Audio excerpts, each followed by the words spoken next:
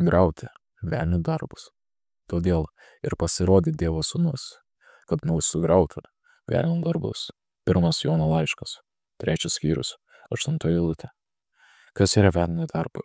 Tai mirtis, ligos, kančia, karas, neapykanta, priklausomybės, pavydas, godumas, melas, naikinimas, stichinės nelaimės, žudynės, horoskopai, būrimai, spiritizmas, religijos, magija ir daug kitokių dalykų. Velnias vilioja žmonės dalindamas gražius pažadus ir meluodamas. Jis įpainioja juos į savo tinklus ir laiko savo grobį tvirtai, neįmanoma ištrūkti. Tik Jėzus gali padėti. Jis yra nugalėtojas, mirti, ligas, kančiai. Religija, rūstybė, neapykanta, kartelė. Viską jis nugalėjo. Evangelijose galima perskaityti, kaip jis gydo ligonius, įsakinėjo piktosioms dvasioms, sudrausmina gamtos jėgas, demaskuoja magiją ir nuo jos išlaisvina žmonės nuo kartelių, pavydo, nepasitikėjimo ir godumo. Jis sukuria naujus žmonės, jis atima iš velnio jo grobį ir vėl suteikia žmonėms laisvę. Jis yra tas, kurio žodis yra paskutinis visur. Žmogėdros Indonezijoje lovėsi karavę, kerštavę, žudė. Kai jis pažino Jėzų, jis išlaisvino net nuo karo.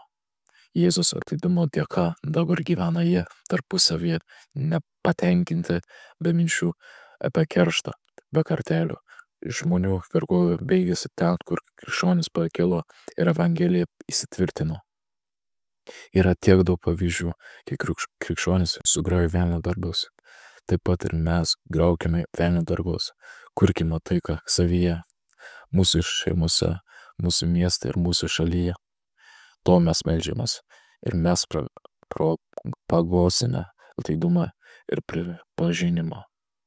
Nes Dievui kitus žmonės mūsų priešai tokie patys brangus, kaip ir mes. Naikinkime velnio galią ir jis neturi pančiuoti žmonių ir jų kankinti. Jėzus vardu išlaisvinkime žmonės nuo velnio pinklių ir baimių. Visų pirma, sugraukime savyje velnio darbus ir tapkime laisvi. Yra nemažai melo, kurį mums skiepijo nuo vaikystės. Geriau kreipkime savo mintis į darbus į Jėzų, nei toliau remkimės melu.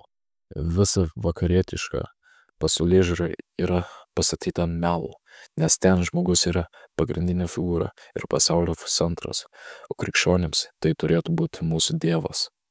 Dėkoju Jėzų, kad išlaisvinai iš velnio tinklų. Tik tu vienas turi tam valdžią. Tik su tavimi aš galiu būti laimingas, gyventi laisvai, be kartelio, pavydo ir godumo.